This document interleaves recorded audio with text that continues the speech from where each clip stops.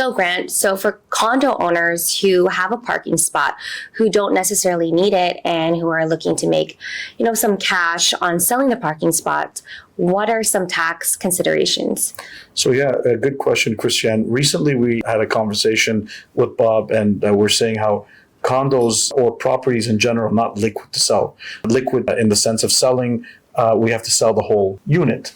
Now, this is one of those areas where, because we're selling a parking spot, a little bit of liquid scenario. So if we just sell the parking spot, the only implication that we have to worry about is that the seller has to collect HST on that parking sale. So now we're dealing with an extra tax of 13% that the buyer, when he's buying that parking spot, is built into the price. He's going to say, I'm willing to spend $50,000 on this parking spot. So it's an extra cost out of your own pocket, unless you've worded the contract in such a way that you dismiss that HST implication on the seller side and let the buyer deal with the HST implications. And at that point, when you say on the contract, on the purchase and sale agreement, that HST is inclusive, then the buyer is now responsible for that HST.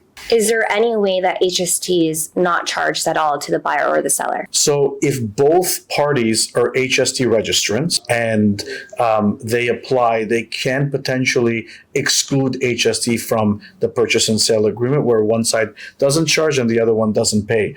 But it's a little bit of a scenario where both have to be registered. More gets involved, more costs. But at the end, depending on the sale price of that actual parking spot, it may be worth it to do that registration and get them to be exempt for the HST on the purchase or sale of this parking spot.